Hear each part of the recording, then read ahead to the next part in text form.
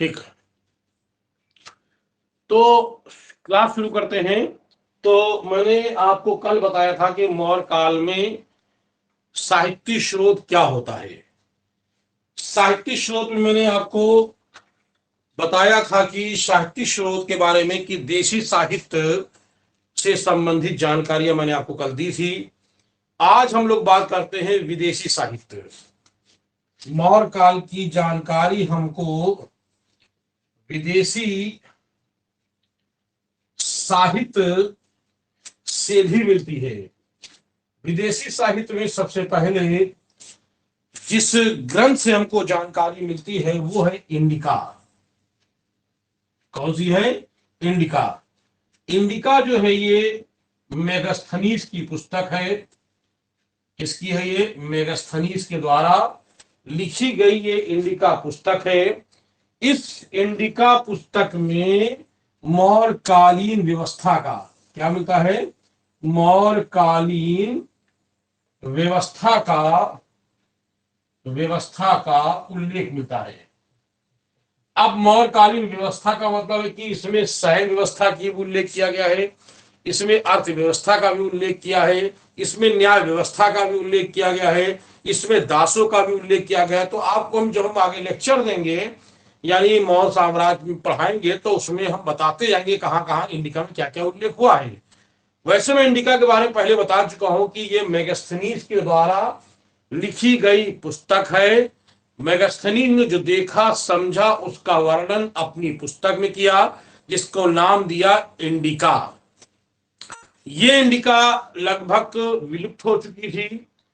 फिर इस इंडिका को अंग्रेजी में, ध्यान देना, इस इंडिका को पुनः संकलित करने का श्रेय 1846 में डॉक्टर स्वानबैक को जाता ही मैं पढ़ा चुका हूं। ठीक है, इसीलिए नहीं लिख रहा हूं।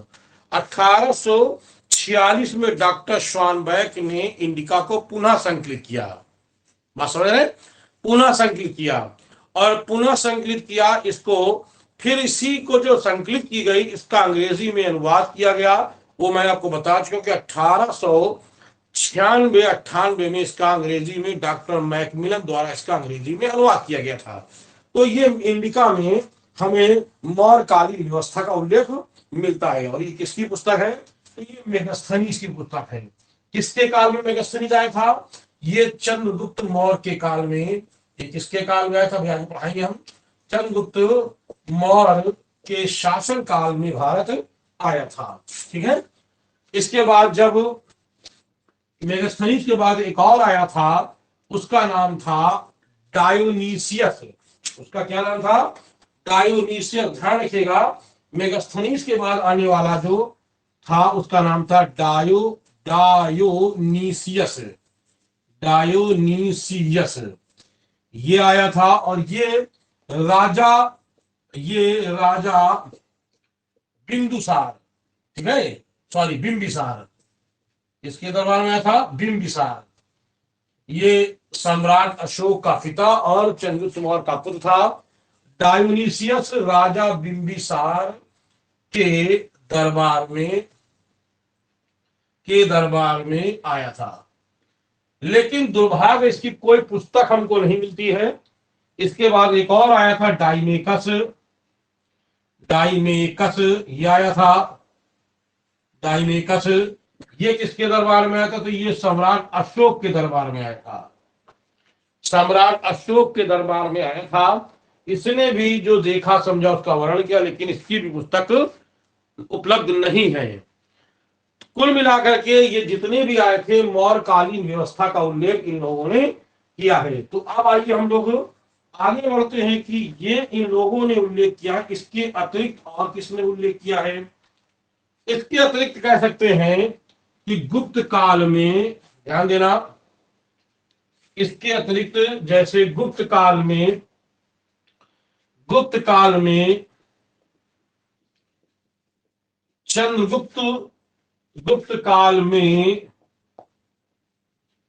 चंद्रगुप्त सेकंड के दरबार में एक चीनी यात्री आया था, उसका नाम था फाहियान।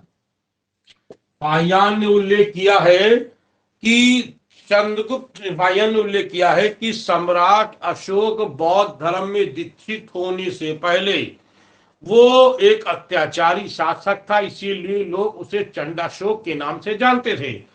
वो प्रतिदिन लोगों को सताया करता था। तो फाहियान ने कहा है कि मैंने मैंने देखा है कि सम्राट जो अशोक था, सम्राट अशोक लोगों को प्रतिदिन सताया करता था, ये मैंने सुना है। और इसके लिए बकायदा उसने एक नरक की दीवार पाटलिपुत्र में, एक नरक की दीवार पाटलिपुत्र में बनवाई थी। ये बात किसने कही है? ये बात फाहियान ने कहा है। इसके बाद एक और चीनी यात्री आया था, वो आया था राजा हर्षवर्धन के दरबार में, कन्नौज के शासक राजा हर्षवर्धन के दरबार में आया था। उसका नाम था, आप लोग जानते हैं, उसका नाम है हुएनसांग। क्या नाम है उसका? उसका नाम हुएनसांग। हुएनसांग आप जानते हैं कि 629 ईस्वी में ये कन्नौज के राजा हर्षवर्धन के दरबार में आया था। जब ये आया तो इसने कहा कि मैंने अपनी आंखों से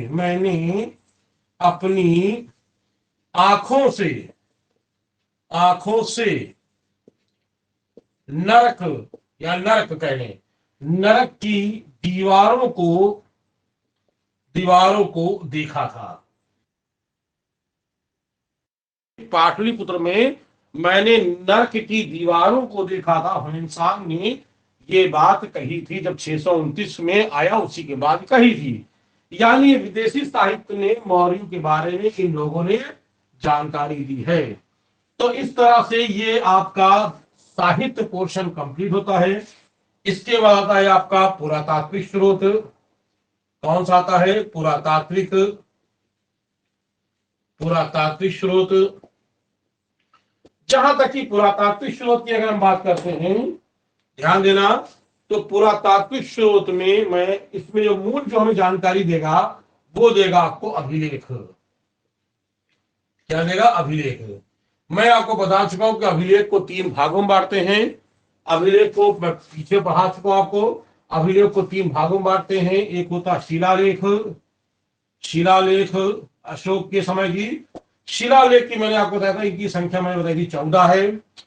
फिर मैंने गुहा लेख, क्या नाम है, स्तंभ लेख, ठीक है, स्तंभ लेख, और स्तंभ लेख की संख्या मैंने बताई थी आपको 19। और गुहा लेख, सम्राट अशोक के गुहा लेख की संख्या मैंने बताई थी कितनी? 3, है ना, ये बताई थी। बाकी मैंने इसके बारे में आपको पहले बहुत कुछ बताया है। इस शिलालेख इनका सबसे पहला, मैंने अभिलेख में पढ़ाया था कि सबसे पहला, यानी सम्राट, जो बता चुका हूं उसको सिर्फ ऐसे सवारी बताऊंगा। सम्राट अशोक के शिलालेखों की खोज मैं पीछे पढ़ा चुका हूं, बताया था कि इनके शिलालेख की खोज डॉक्टर बीडल महोदय ने इनके शिलालेख की खोज की थी। एक नाम हमने और बताया था, इन लोगों ने अशोक के शिलालेख के बारे में बताया था। उनमें से इनकी संख्या बताई कितनी? 14। स्तंभ लेख की संख्या कितनी बता दी? 19। और गुहा लेख की संख्या कितनी? 3। ठीक है। और इनमें जो अभिलेख लिखे हैं, सम्राट अशोक के जो अभिलेख हैं, वो अभिलेख मूल रूप से ये किस भाषा में है? प्राकृत भाषा में है। ठीक है। और लिपियां मैंने आपको बताई थी, इनमें कितनी लिपियां हैं? 4 लिपियां, मैंने ये भी पढ़ा दिया है। ठीक है। इनमें 4 लिपियां भी मिलती हैं। 4 लिपियां मैंने आपको बताया कि ब्राह्मी लिपि, खरोष्ठी लिपि, आरामाइक लिपि, यूनानी लिपि, 4 लिपियां मिलती हैं। स्तंभ लेख भी मैंने आपको बताया। गुहा लेख के बारे में बताया, लेकिन फिर बताते हैं। सम्राट अशोक ने 3 गुफाएं जो है स्थापित कराई थी, वो मैंने बताया, सुदामा गुहा, करचौपर गुफा, और बताया था सुदामा गुहा, करचौपर और विश्व झोपड़ी। ये 3 गुफाएं सम्राट अशोक ने जो है बिहार के बराबर की पहाड़ी में इसको बनवाया था। ठीक है। तो इस तरह से ये सम्राट अशोक ने, तो इनकी जानकारी हमें अभिलेख से मिलती है। अभिलेख की पूरी डिटेल आपको मैंने बता चुके हैं। अगर जो लोग नहीं जानते तो यूट्यूब पे जाकर के अभिलेख फर्स्ट और अभिलेख सेकंड के नाम से मैंने वीडियो डाल रखा, उसको पूरी डिटेल आपको मिल सकती है कि कौन सा अभिलेख पहला और अशोक के बारे में अभिलेख कौन कौन से, वो सब मैंने बताया। अब आइए हम बात करते हैं पुरातात्विक स्रोत में, जिसमें इनके मृदभांड कौन से चलते थे। मृदभांड की बात करते हैं तो इनके मृदभांड चलते थे जो मौर्य काल तक मृदभांड चले हैं, 6वीं शताब्दी ईसा पूर्व से लेकर के, यानी 6वीं शताब्दी ईसा पूर्व से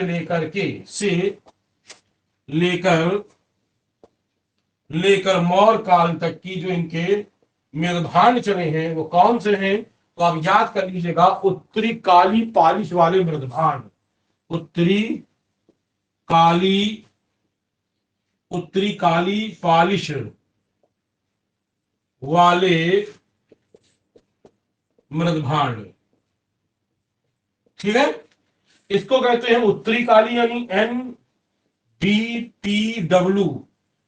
NBPW, northern black polish ware, northern black polish ware. ये मृदभांड मौर्य काल तक चले हैं। इसलिए मौर्य काल में कौन से मृदभांड चलते थे, तो कहेंगे उत्तरी काली पॉलिश वाले मृदभांड, ये इसका हिंदी शब्द है। इसको कहेंगे नॉर्दर्न, उत्तरी हो गया, काली पॉलिश्ड वेयर वाले बर्तन, तो उत्तरी काली पॉलिश वाले जो है इनके बर्तन चलते थे। अब आइए हम लोग सिक्के देख लेते हैं। वैसे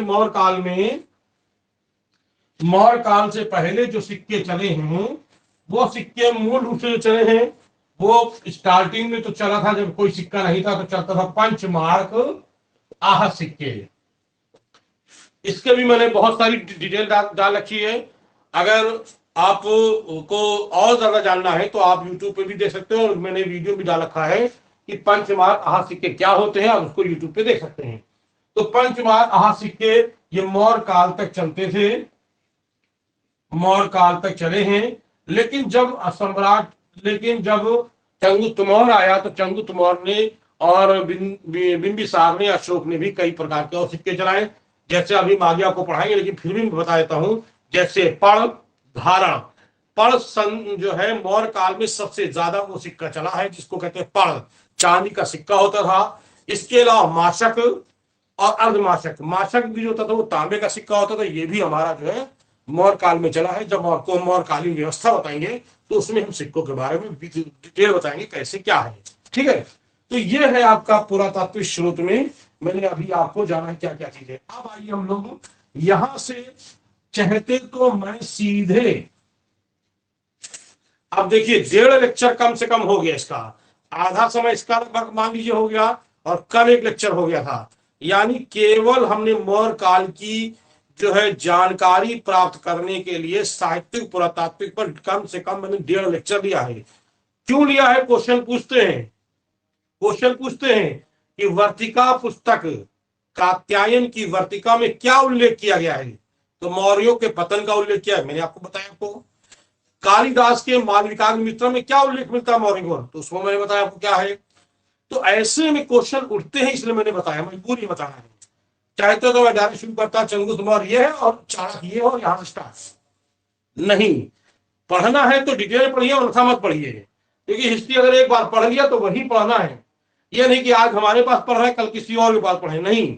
आपको अगर एक बार मेरे पास पढ़ लिया तो मैं चाहता हूं कि आप आगे अगर सिलेबस हमारा कंप्लीट हो जाता है तो कोई भी एग्जाम दे तो आप निराश मत हो, उसमें आप क्वालिफाई कर जाएं।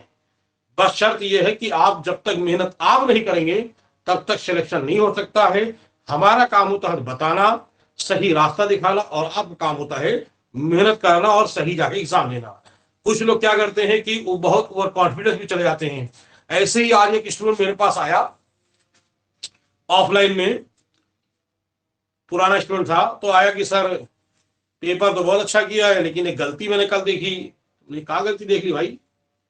वो मार्कशीट उसने अपनी दी मुझे, वो मार्कशीट मैंने उसको देखा, तो उसने क्या दिया कि वो मार्कशीट में गलती उसने ये कर दी कि उसने सब्जेक्ट का नाम नहीं लिखा और अपने सिग्नेचर नहीं किया था। बड़ी गलती। कितना क्वेश्चन था? 107, 100% हो जाता। तो ऐसे में कभी कभी हमारा ओवर कॉन्फिडेंस, हमारी जल्दबाजी हमारे लिए नुकसानदायक हो जाती है। 10 मिनट लेट पेपर करिए, क्या करता, पेपर मिल जाता तो लोग कैसे झांक के देखने थे, कोई क्वेश्चन मिल जाए। अरे पहले वो मार्कशीट को ठीक से भर लीजिए। वो मार्कशीट भरते समय सावधानी बरतिए, उसके बाद लास्ट टाइम वो मार्कशीट को फिर देखें कि हमने कहीं वो मार्कशीट में कहीं गलती तो नहीं की है, हमने कहीं की छूट तो नहीं की हमसे।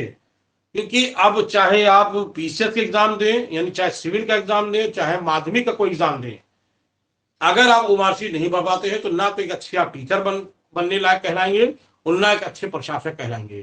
तो बेहतर है कि जो भी आप एग्जाम दें तो पहले सबसे पहले जो काम करना वो जरूर कर लें, यानी वो मार्कशीट को सही तरीके से भरें। खैर, हम बात कर रहे थे मौर्य काल की। मौर्य काल में सबसे पहले हम बताते हैं चाणक्य। ठीक है, चाणक्य कह लें या विष्णुगुप्त कह लें, ठीक है। चाणक्य, चाणक्य के बारे में मैंने कल कुछ बताया था, जो थोड़ा सा रिपीट करते हो उसी में आगे जुड़ जाएंगे हम। ठीक है, मैंने बताया था कि चाणक्य का जन्म 375 ईसा पूर्व में, ठीक है, 300 कितनी बताया था मैंने, 375 ईसा पूर्व में इनका जन्म जो हुआ था वो तक्षशिला में हुआ था। और 283, कितना है, 283 ईसा पूर्व में इनकी मृत्यु पाटलिपुत्र में हुई थी।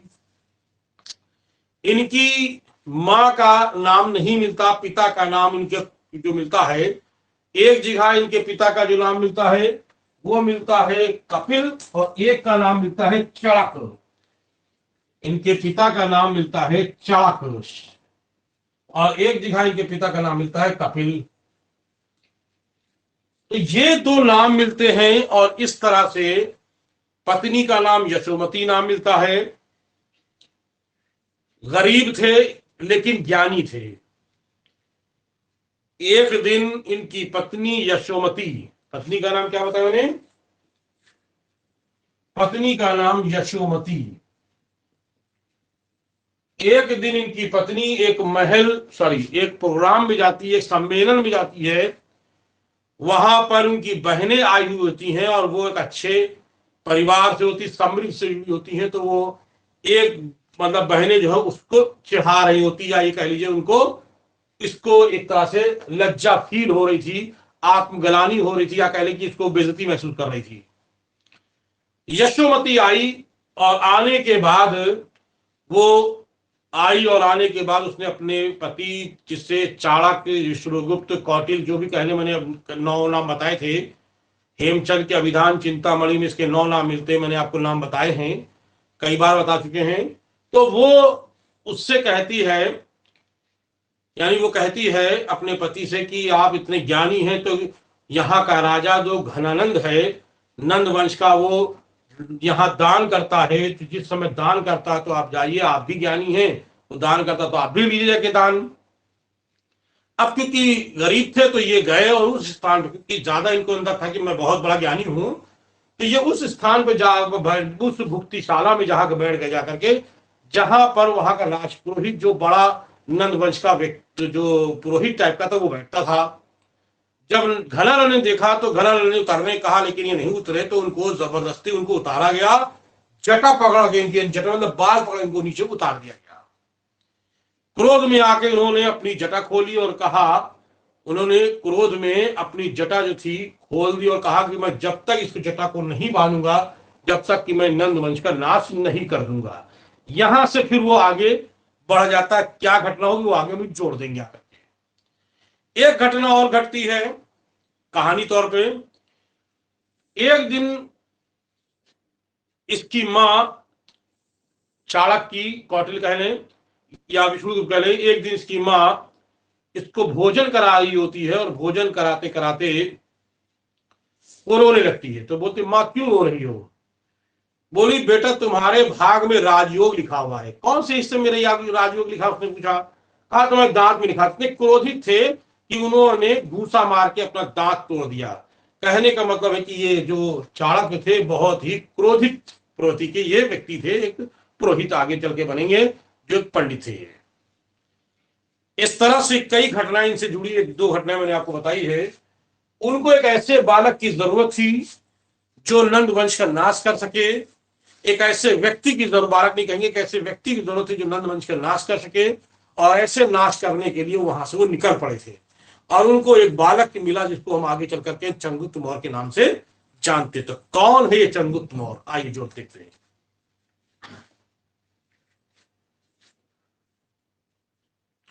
चंद्रगुप्त मौर्य,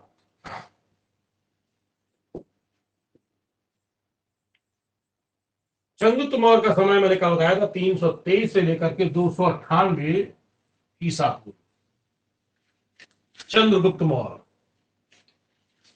बात आती है चंद्रगुप्त मौर्य की। जब चंद्रगुप्त मौर्य के बारे में कहा जाता है कि चंद्रगुप्त मौर्य कौन थे, तो चंद्रगुप्त मौर्य के बारे में साहित्यिक ने क्या उल्लेख किया है, यानी ब्राह्मण धर्म ग्रंथ क्या कहता है। ब्राह्मण धर्म ग्रंथ के अनुसार, ब्राह्मण धर्म के अनुसार जो चंद्रगुप्त मौर्य था वो शूद्र जाति का था। इन्होंने किस जाति बताया, चंद्रगुप्त मौर्य जो था वो शूद्र जाति का था। इन्होंने ये बात बताई। किसने, ब्राह्मण धर्म में। बौद्ध धर्म क्या कहता है, यानी बौद्ध साहित्य क्या कहता है, ब्राह्मण धर्म साहित्य के अनुसार ब्राह्मण धर्म ग्रंथ लिख चुके हैं। बौद्ध साहित्य के अनुसार जो चंद्रगुप्त मौर्य था ये एक क्षत्रिय था, ये कहते हैं। लेकिन जैन धर्म क्या कहता है, जैन साहित्य क्या कहता है,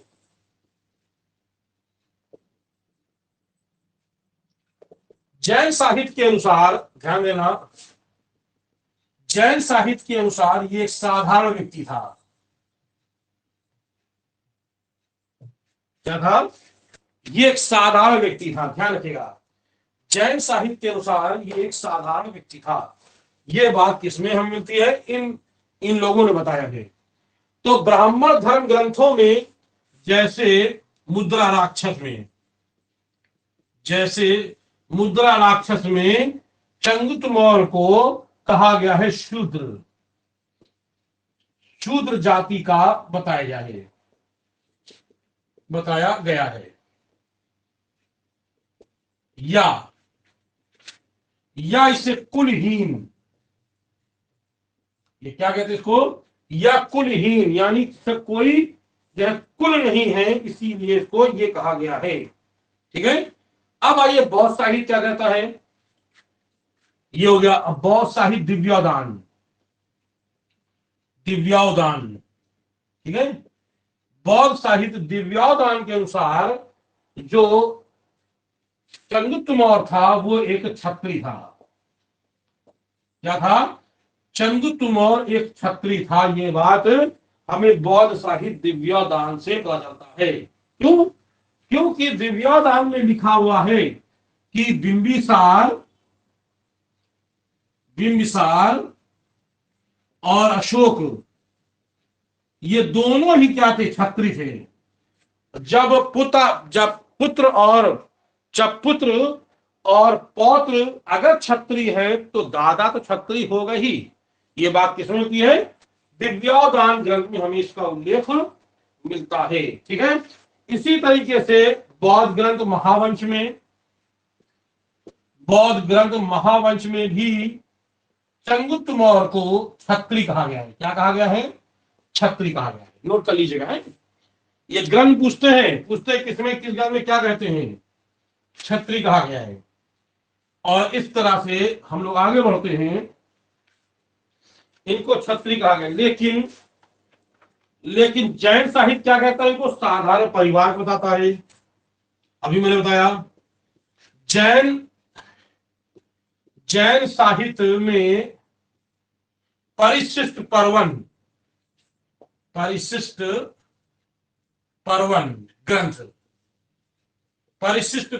ग्रंथ में कहा गया है कि ये एक साधारण व्यक्ति था, साधारण परिवार से जुड़ा एक व्यक्ति था। ठीक है। और इसने कहा है कि जहां यह रहता था यानी साधारण व्यक्ति था, ये परिशिष्ट वर्मन से कहता है, इससे बताता है कि यहाँ के इस गांव के, जिस गांव में ये पैदा हुआ था, यानी इस गांव के लोग इस गांव के लोग मोर पालते थे। क्या पालते थे?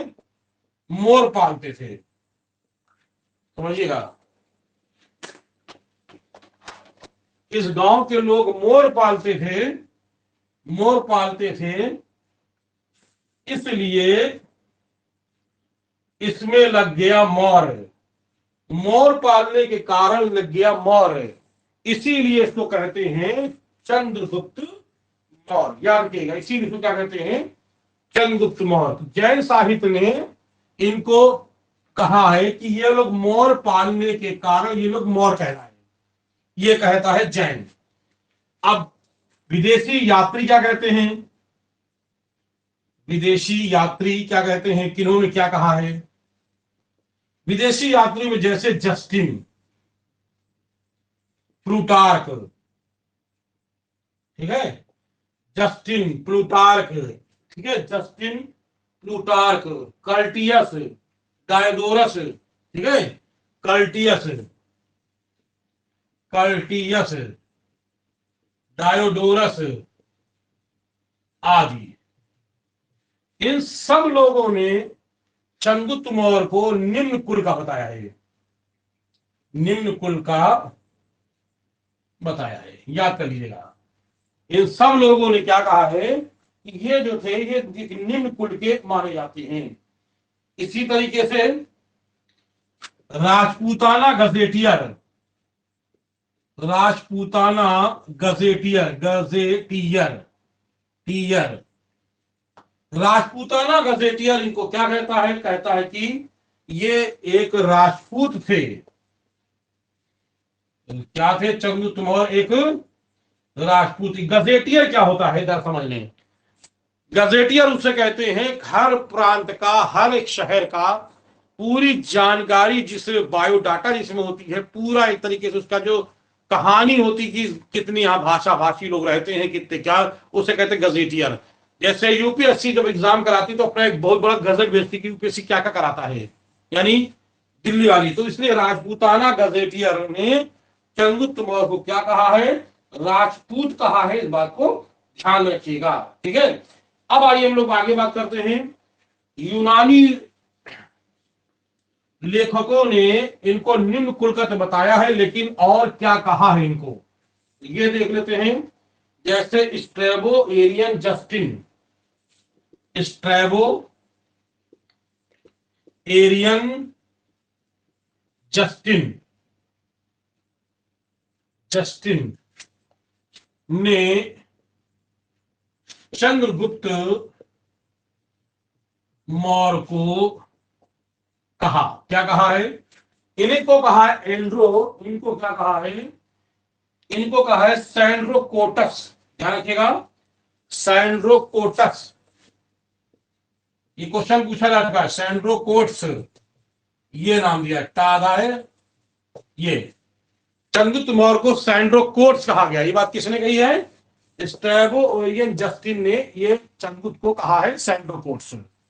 इसी तरीके से दो विद्वान और हैं, एक का नाम एप्पियन और प्लूटार्क, ठीक है, एप्पियन, एप्पियन और प्लूटार्क, प्लूटार्क। इन लोगों ने क्या कहा है चंद्रगुप्त मौर्य को? इन लोगों ने चंद्रगुप्त मौर्य को एंड्रोकोट्स कहा है। क्या कहा है? एंड्रो, एंड्रोकोट्स। क्या कहा इनको? एंड्रोकोट्स कहा है। ध्यान रखिएगा, एप्पियन और प्लूटार्क ने इनको एंड्रोकोट्स कहा है। और फिलार्कस ने क्या कहा है? फिलार्कस के अनुसार,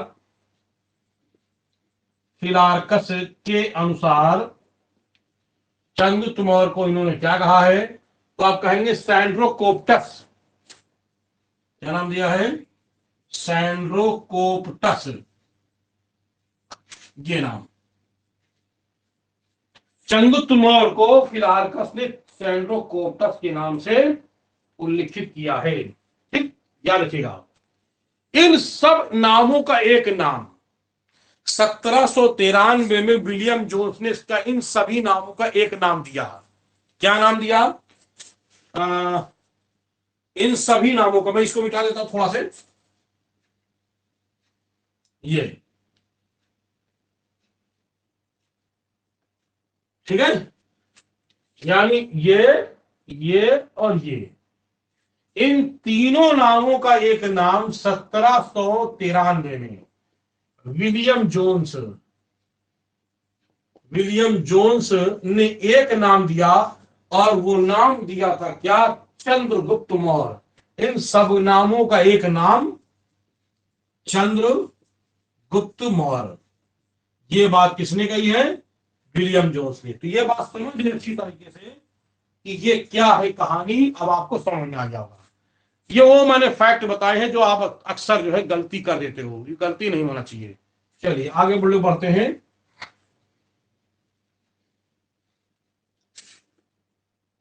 अब यहां से शुरू होती है कि चंद्रगुप्त मौर्य था, ये पिपली वन का राजा का पुत्र था। पिपली वन, ठीक है। पिप ये पिपली पिप सॉरी पिपली वन का राजा, जिसका नाम था चंद्रवर्धन, एक शक्तिशाली छत्री था। उसने आसपास के लगभग सभी प्रांतों को विजित कर रखा था। मगध में उस समय जो शासक था वो नाम था घनानंद। घनानंद ने भी लगभग सभी को अपने अधीन कर लिया था, लेकिन अभी पिपली वन का राजा चंद्रवर्धन अधीन नहीं था। घनानंद के पिता ने महापद्म नंद ने कई बार प्रयास किया था, लेकिन जीत नहीं सके। घनानंद के कुल 6 भाई, यानी उसको मिला के 7 लोग थे। 6 लोगों ने प्रयास किया था और खुद घनानंद ने भी प्रयास किया था, लेकिन पिपली वन को जीत नहीं पाए थे। घनानंद ने जो है एक चतुराई का काम किया। उसने चतुराई के माध्यम से मिला किनसे? अपने राजदूत को भेज करके चंद्रवर्धन के पास भेजा कि हम आपके अधीन रहना चाहते हैं और आप एक बहुत शक्तिशाली राजा हैं। वो चंद्रवर्धन क्योंकि शक्तिशाली था, उसने मान लिया, जबकि उसकी पत्नी मूरा ने मना किया था। लेकिन धोखे से इसने क्या किया? दोस्ती दिखा करके, धोखा करके घनानंद ने इसके राज पर अचानक आक्रमण कर दिया और राजा घनानंद जो पराजित हो मारा गया। मगध में पिपली वन को मिला लिया गया। जो रानी थी मूरा, वो भाग करके अपने भाई के पास चली गई। अपने पुत्र को बचाने के लिए उसने एक सैनिक को दे दिया। उस सैनिक ने उस पुत्र को एक ग्वालियर को बेच दिया। ठीक है, समझ आ रहा आप लोग को? मैंने कहा कि पिपली वन के राजा चंद्रवर्धन जो है पराजित हुआ, और घनानंद जो नंद वंश का शासक, घनानंद ने पिपली वन पर पिपली वन पर अधिकार कर लिया।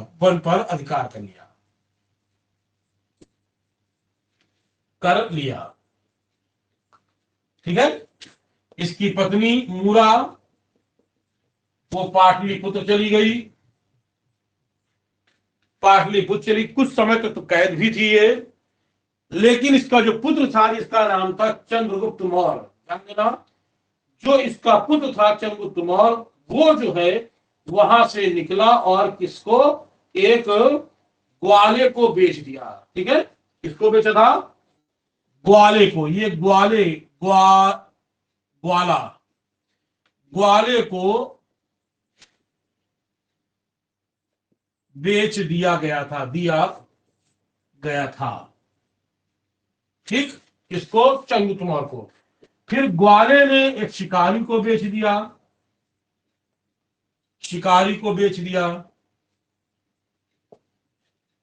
तो ये शिकारी का ये था जिसको बेच देते दोबारा, फिर ये नहीं कि उसको फिर पैसा से ही खरीदेंगे, ना तो जा सकता है ना, यानी एक तरीके से दास बन जाता है। तो जब शिकारी को बेच दिया तो शिकारी के पास जो है वो वहीं पर रह करके वो काम करने लगा, और उनकी जो भेड़ बकरियां गाय जो जानवर होते हैं, जो उसके पशु होते हैं, उनको चराने लगा। लेकिन सब जितने जो चराने वाले होते हैं, उन सब जो जिसके साथी थे, उन सब में योग था ये। और ये कहता था चंद्रगुप्त मौर्य कि मैं इस पूरे एरिया का यानी जंगल का वन का राजा हूं, क्योंकि उसके अंदर राजा का खून था। किसका? राजा चंद्रवर्धन का था। उसको खुद भी नहीं मालूम कि मैं राजा चंद्रवर्धन का पुत्र हूं या एक छत्री हूं। वो राजकीलम खेल खेल रहा था। ध्यान दीजिएगा, क्या होता खेल? राजकीलम। मैं बताता हूं क्या है। अपने दोस्तों में चंद्रगुप्त मौर्य राजकीलम खेल, ये क्या होता है? न्याय खेल, न्याय व्यवस्था का होता है, न्याय का। कैसा खेल होता है? न्याय का खेल होता है। ये खुद बैठता था एक ऊंची ऊंची एक जो है कुर्सी बना करके और सबको नीचे बैठाकर न्याय करता था। गुस्से में उधर वही चाणक्य, मैं वापस फिर आ गया। चाणक्य जब वहां से निकला था घनानंद से, और उसने प्रतिज्ञा की थी कि मैं जब तक नंद वंश का नाश नहीं कर दूंगा और इसके साथ साथ भारत से विदेशियों को खदेड़ नहीं दूंगा, तब तक कि मैं अपनी जटा को नहीं बांधूंगा। दो उद्देश्य थे। कौन कौन से? अब मैं लिख देता हूं बाद में। तो जब वो वहां से निकला तो उसने देखा ये राजकीलम खेल खेलते हुए देखा, पता चला किसका गुलाम है, किसका ये दास है। तो एक जो है उसका शिकारी का था, तो उस दास यानी चंद्रगुप्त मौर्य को उसने 1000 करशापड़ में खरीद लिया। किसने खरीदा? चाणक्य या कौटिल्य कहने में, यहां विष्णुगुप्त लिख रहे हैं, ठीक है। विष्णुगुप्त ने कितने में इसको खरीदा? 1000 कारशापड़। कारशापड़ होता है, ज्यादा हो गया, 1000 कारशापड़। कारशापड़ होता है चांदी का सिक्का, चांदी का सिक्का। 1000 चांदी के सिक्के में चंद्रगुप्त मौर्य को खरीद करके ले गया तक्षशिला। तक्षशिला ले जाकर के उसने वहां पर शिक्षा और दीक्षा दोनों दी। शिक्षा जो हम आपको पढ़ा रहे, दीक्षा जो घुड़सवारी आदि, यहां तक कि उसने एक ऐसी इनको दीक्षा दी थी कि पानी के अंदर वो 45 मिनट तक की सांस रोके रुक सकता था चंद्रगुप्त मौर्य। 45 मिनट, मतलब अंदर गया तो अंदर वो 45 मिनट तक की वो ऊपर नहीं आ सकता है। इस तरह की उसने शिक्षा इनको दी थी। क्यों थी तो मैं बताता हूं मैं आपको। इस तरह से चंद्रगुप्त मौर्य जो है वो इनसे प्रशिक्षण ले रहा था। एक बालक था, धीरे धीरे बड़ा हो रहा था। इसको ट्रेनिंग देने का 2 उद्देश्य था। इसका चाणक्य का 2 उद्देश्य अभी लिखने का है। का मुख्य उद्देश्य क्या था? इसका मुख्य उद्देश्य लिख लीजिएगा। पहला कि भारत से, ठीक है, ठीक है, नंद शासक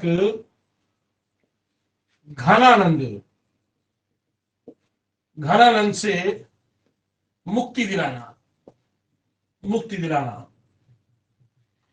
दूसरा था मुख्य उद्देश्य भारत से विदेशियों को खदेड़ना, यानी यहां से को भगाना। 2 मुख्य उद्देश्य थे, याद रखिएगा। तो चंद्रगुप्त मौर्य ने इनके 2, चाणक्य ने 2 उद्देश्य था और इसीलिए इनको तैयार कर रहा था, ठीक है। अब इस तरह से चाणक्य ने चंद्रगुप्त मौर्य को हर प्रकार की शिक्षा देकर उसे तैयार कर लिया। अब सेना का संगठन करना है और सेना को संगठित करके सीधे अटैक करना है, यह उसका उद्देश्य था। तो पहला काम यह था कि वो सीधे जो है, पहला काम था कि घनानंद को पहले हटाना। लेकिन घनानंद को हटाया कैसे जाए? तो उस वक्त सिकंदर का एक प्रकोप यहां छाया हुआ था, सिकंदर महान। तो चंद्रगुप्त मौर्य जाकर के, ध्यान देना, चंद्रगुप्त मौर्य मिला जाकर सिकंदर से मिला और घनानंद के विरुद्ध सहायता मांगी। लेकिन मांगने के लिए आदमी याचना करना चाहिए कि भाई हमको जरूरत है, लेकिन कहा, क्योंकि छत्री थे समझते थे, उन्होंने कहा नहीं, मुझे इस तरह से, मुझे आपसे कुछ मदद चाहिए, सेना चाहिए जिसको मैं मगध के शासक ग्रहण को पराजित कर सकूं। जब इस तरह से उसने मांग की तो सिकंदर महान ने उसकी उस उद्दंडता के कारण उसको मारने की योजना बनाई, लेकिन वो चंद्रगुप्त मौर्य वहां से भाग निकला। भागता भागता जा रहा था, सुनिएगा, समझना है, क्वेश्चन उसी से अपने आप निकाल के आ जाएगा। जा रहा था तो रास्ते में वो बिल्कुल पसीना से सराबोर हो चुका था, वो गिर गया। कहते हैं कि किताब में लिखा, जैसे कहते हैं कि वो हाथी नहीं, एक शेर आया और ये लेटर सांस रोका रहा, शेर ने उसको खाया नहीं बल्कि वो सूंघ के चला गया। उसके अंदर ये महत्वाकांक्षा आ गई कि मैं, शेर ने मुझे छोड़ दिया है तो मैं कुछ भी कर सकता हूं, मेरा कुछ नहीं हो सकता है। चंद्रगुप्त मौर्य और चाणक्य ने एक सेना तैयार की। सेना तैयार करने के बाद इन लोगों ने सीधे मगध पर अटैक कर दिया। कहीं किताब में लिखते, मैं डायरेक्ट कहानी पर बता रहा हूं। अटैक कर दिया, केंद्र पर अटैक किया, और केंद्र क्या थी कि पाटलिपुत्र। जब इन्होंने या चारों तरफ से पाटलिपुत्र पर चंद्रगुप्त मौर्य चाणक्य ने अटैक कर दिया तो ये सेना जो है उनकी बिल्कुल चितिर बितिर हो गई, और इस तरह से इनको दोनों को वहां से भागना पड़ा। वो दूर दूर भागते गए, भागते गए, भागते भागते एक गांव पहुंचे। एक गांव में देखा कि एक महिला अपने बच्चों को मालपुआ खिला रही है। मालपुआ होता घी में लगी रोटी। सब बच्चे खा रहे होते हैं, उनमें से एक बच्चा जो होता है, जैसे मान लो ये रोटी हिस्सा है, तो बीच रोटी में वो जो खा रहा था वो बीच से यहां से तोड़ तोड़ खा रहा था, बीच से यहां से। अमूमन क्या होता है, लोग किनारे किनारे खाते हैं फिर बीच में आते हैं, यानी किनारे से बीच में पहुंचते हैं। वो बीच से खा रहा था और किनारे किनारे छोड़ दे रहा था। तो उसकी मां ने कहा, ये क्या कर रहे हो तुम, तुम्हारी स्थिति बिल्कुल वैसे ही है जैसे चंद्रगुप्त मौर्य और चाणक्य की थी, मित्रगुप्त कहे। तो मां, वो बच्चा पूछता है कि मेरी उन दोनों में क्या समानता दिखती है। तो ये दोनों खिड़की से झांक के देख रहे हैं, ये दोनों झांक के देख रहे हैं कि वो क्या कह रही है। कह रही दोनों के पास शक्ति थी, सेना सब कुछ अच्छी थी, लेकिन उसके पास, उसने गलती ये कर दी कि उसने डायरेक्ट केंद्र पर अटैक कर दिया। उसको पहले किनारे किनारे, पहले उसको जीतना चाहिए था, फिर बीच में जीतना चाहिए था। तुम क्या कर रहे हो कि बीच का हिस्सा अच्छा अच्छा खा ले लो, किनारे किनारे बेकार रहेगा तो बाद में अच्छा लगेगा नहीं। ये बात दोनों को समझ में आ गई, तो इन लोगों ने एक सेना फिर तैयार की। ठीक है, इन दोनों ने एक सेना फिर तैयार की, ध्यान दीजिएगा। चंद्रगुप्त मौर्य और चाणक्य ने किनको तैयार किया, चोर, डाकू, ठीक है, किसान आदि, ऐसे लोग जो मगध के शासक से पीड़ित थे। बस समझेगा, चोर, डाकू, किसान, इन लोगों को लेकर के एक सेना बनाई गई, और इस सेना को जस्टिन ने क्या कहा है, डाकुओं की सेना कहा है। ये क्वेश्चन आया है, चंद्रगुप्त मौर्य की सेना को किसने कहा है डाकुओं की सेना, तो क्या याद रखिएगा, डाकुओं की सेना कहा था जस्टिन ने कहा था। इस तरह से इन लोगों ने पहले सीमांत राज्यों को जीता, किनारे किनारे जीता, और बाद में इन्होंने सीधे मगध की राजधानी पाटलिपुत्र पर अटैक किया, और आक्रमण करके जो घनानंद को पराजित किया, और पूरी तरीके से मगध पर कब्जा हो गया। कहते हैं कि अतुल संपत्ति प्राप्त हुई, अकूत, जिसका कोई सीमित नहीं है। क्यों?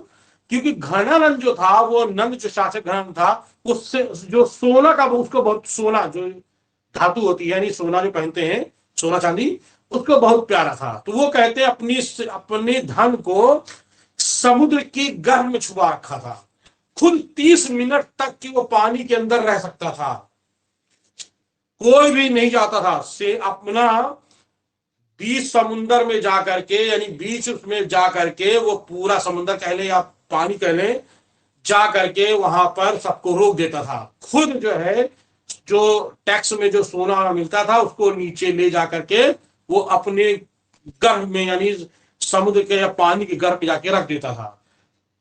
किसी को 1-2 बार भेजा कि जाओ लेके आओ, अगर वो सांस नहीं हो सकता है तो मर जाएगा, यानी चंद्रगुप्त मौर्य एक ऐसा व्यक्ति था जो 45 मिनट तक हो सकता था, वो सारे जो है जो अंदर गर्भ में जो खजाना छुपा था वो सब प्राप्त हो चुका था। कितना मिला था, ध्यान दें।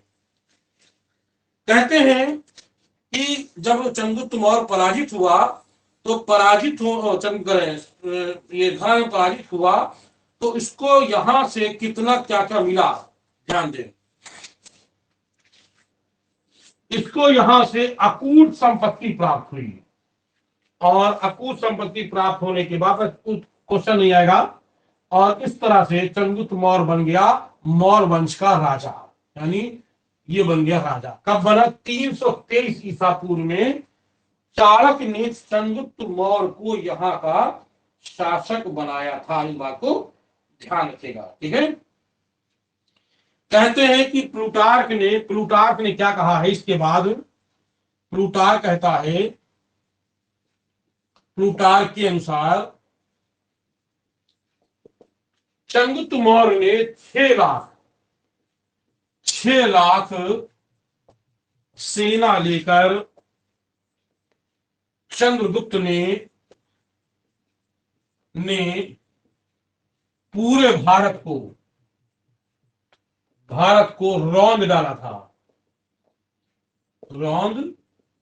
इसको नोट करने, ये बात किसने कही है, प्लूटार्क ने कहा कि अपनी 6 लाख सेना लेकर, कितनी लिखा हमने, 6 लाख सेना लेकर के संपूर्ण भारत को इसने रौंद डाला था। ये बात ध्यान रखिएगा, ठीक है। अब आइए हम लोग विदेशी शक्ति की बात करते हैं। विदेशी शक्ति में जैसा कि आप जानते हैं कि चंद्रगुप्त मौर्य जब शासक बन गया, तो उधर बेबीलोन में सिकंदर महान की मृत्यु हो चुकी थी। सिकंदर की मृत्यु बेबीलोन में हुई, ध्यान रखिएगा, सिकंदर की मृत्यु बेबीलोन में हुई। और इसके 2 मंत्री थे, एक मंत्री का नाम था, ध्यान रखिएगा, शैल्यूकस। एक का नाम था शैल्यूकस, और दूसरे का नाम था, ध्यान दीजिएगा, एंटीगोनस। इन दोनों के बीच में युद्ध हुआ। इस युद्ध में एंटीगोनस पराजित हुआ, मारा गया, और शैल्यूकस जो है सिकंदर महान का वो उत्तराधिकारी हुआ। यानी सिकंदर के बाद जो शासक बना वो कौन बना, शैल्यूकस बना। जीतने के बाद इसने एक उपाधि धारण की, निकेटर की उपाधि धारण की इसने, इसलिए शैल्यूकस निकेटर इसके लगाया जाता साथ में। शैल्यूकस निकेटर चंद्रगुप्त मौर्य के समय था। यह भी चाहता था, जैसे सिकंदर ने भारत पर आक्रमण कर दिया था और विजय प्राप्त की थी, उसने पोरस को पराजित किया था। पुरु राजा पोरस, यानी जो तक्षशिला के शासक अम्भी ने उसके साथ गद्दारी की थी। इस तरह से वो चाहता था कि हम भी एक बार भारत में अपने को विजय करें, शैल्यूकस। लेकिन उस समय स्थिति कुछ और थी। उस समय जो था भारत छोटे छोटे हिस्सों में बटा हुआ था, लेकिन इस समय स्थिति ये थी कि एक केंद्र बन चुका था, एक भारत एक बहुत बड़ा साम्राज्य स्थापित हो चुका था, और वो कौन था, मौर्य साम्राज्य। तो सिकंदर की तरह शैल्यूकस ने भी जीतने का प्रयास किया, अपनी सेना को लेकर चला, और चंद्रगुप्त मौर्य भी अपनी सेना लेकर चला। दोनों के बीच में 305, यानी शैल्यूकस निकेटर ने 305 ईसा पूर्व में शैल्यूकस निकेटर, यानी शैल्यूकस और किसके बीच में, चंद्रगुप्त मौर्य, ध्यान देना, इन दोनों के बीच में युद्ध हुआ। क्या हुआ, 305 में इन दोनों के बीच में युद्ध हुआ। इस युद्ध का वर्णन जो किया है, ध्यान देना, इन दोनों के युद्ध का वर्णन एप्पियानस ने किया है। किसने इस युद्ध का वर्णन किसने किया है, एप्पियानस। याद कर लीजिएगा, एप्पियानस। इन दोनों के बीच के युद्ध का वर्णन एप्पियानस ने किया है, एप्पियानस ने किया। और बताया जाता है कि शैल्यूकस निकेटर है, ये पराजित हुआ, और दोनों के बीच में संधि हो गई। ठीक है ना, क्या संधि हुई, जल्दी से देखें इसको। चंद्रगुप्त मौर्य और शैल्यूकस के बीच में संधि क्या हुई, ठीक है, ध्यान दीजिए। पहली संधि क्या है? संधि के अनुसार शैल्यूकस ने अपनी पुत्री हेलेना का विवाह चंद्रगुप्त मौर्य से करा दिया। चंद्रगुप्त से करा दिया। ये शैल्यूकस ने अपनी पुत्री हेलेना का विवाह चंद्रगुप्त मौर्य से करा दिया। फिर शैल्यूकस ने अपनी पुत्री को यानी चंद्रगुप्त मौर्य को दहेज दिया। दहेज यानी दहेज दिया। क्या दिया दहेज में? प्रांत दिए। क्या दिया उन्होंने? प्रांत दिया। कौन को प्रांत दिए? जैसे अराकोशिया,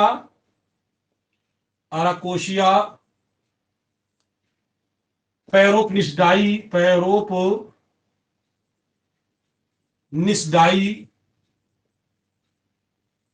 जैड्रोशिया,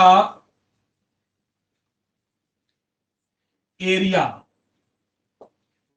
अराकोशिया काबुल, पैरोपनिस्डाई कंधार, उल्टा तो नहीं हो गया? सॉरी, उल्टा हो गया। यह कंधार, यह काबुल कहते वर्तमान में, यह कहते बलूचिस्तान,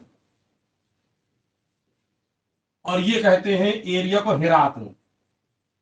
वर्तमान में इनको इन नामों से जानते हैं। ये ऐसा दहेज था, इससे बड़ा दहेज आज तक कभी नहीं दिया गया है। बात समझ में आ रहा है? तो शैल्यूकस निकेटर ने अपनी पुत्री को ये दहेज दिया था। ये चीजें ध्यान रखिएगा, क्या दिया था? ये हिस्सा। ठीक है। तीसरा क्या था? साथ ही साथ उसने एक, ध्यान देना बस खत्म पे है। साथ ही साथ अगला नंबर 3 नंबर, इसने एक राजदूत भेजा था, मैं बता चुका हूं।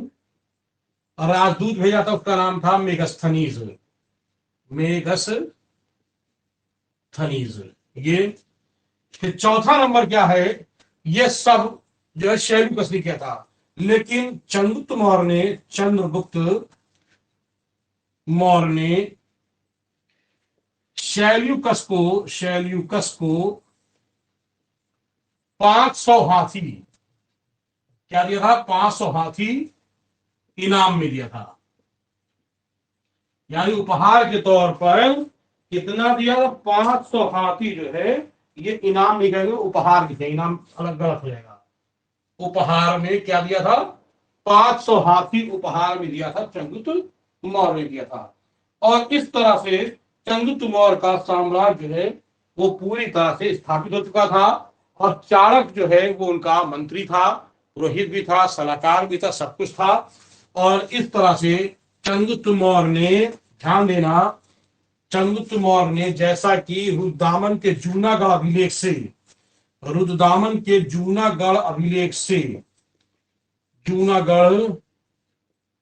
अभिलेख से पता चलता है कि चंद्रगुप्त मौर्य ने गुजरात के सौराष्ट्र प्रांत में अपने गवर्नर पुष्पगुप्त वैश्य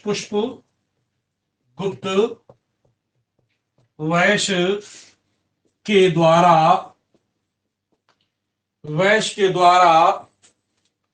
ठीक है, सुदर्शन बता चुका हूं, सुदर्शन झील का निर्माण कराया था। यह झील किस पे है? तो 2 नदियां में बताई थी आपको। एक नदी का नाम है पलाशिनी नदी, और दूसरी का नाम है सुवर्ण नदी। ये 2 नदियां हैं जिन पर ये सुदर्शन झील का निर्माण चंद्रगुप्त मौर्य ने करवाया था। और किससे करवाया था? अपनी गवर्नर मंत्री जिसका नाम था पुष्पगुप्त वैश्य के माध्यम से कराया। था। किधर हो गया? चंद्रगुप्त मौर्य जो था शुरू से ही वो ब्राह्मण धर्म का अनुयायी था, लेकिन अंतिम समय में वो जैन धर्म का अनुयायी हो गया। कहते चंद्रगुप्त मौर्य के समय 12 वर्ष का अकाल पड़ा था। 12 वर्ष का अकाल पड़ा। कहा? मगध में। मगध में अकाल पड़ा। तो उसमें भद्रबाहु के अनुयायी, भद्रबाहु के साथ चंद्रगुप्त मौर्य 296, कितना मैंने यहाँ 98 लिखा है, 298 ईसा पूर्व में राजपाट छोड़कर कर्नाटक चला गया। वहीं 2 साल बाद, यानी 296, 2 साल बाद 296 ईसा पूर्व में, ठीक है, कर्नाटक की श्रवण बेलगोला पहाड़ी पर, कौन सी? कर्नाटक की श्रवण बेलगोला पहाड़ी पर संलेखना द्वारा, संलेखना, ये क्या होता है? उपवास। संलेखना कहते हैं उपवास। संलेखना द्वारा यानी उपवास द्वारा अपना शरीर त्याग दिया। ये हो गया चंद्रगुप्त मौर्य की मृत्यु हो गई। इधर आपका कब क्या नाम है, 298 में अपने पुत्र को राज छोड़ करके चला। किसी कुछ कहना तो बताए। ये आपका हो गया चंद्रगुप्त मौर्य तक की। महेश है, घनश्याम है, खुशबू है, अमित चले गए। तो ठीक है, इसको ध्यान से देख लीजिएगा। तो मैंने नोट्स बनाए हैं, जरा थोड़ा से कहानी ज्यादा आ गई है, जहां जहां जरूरत है उसको समझ लीजिएगा, जहां नोट करना हो नोट कर लीजिएगा।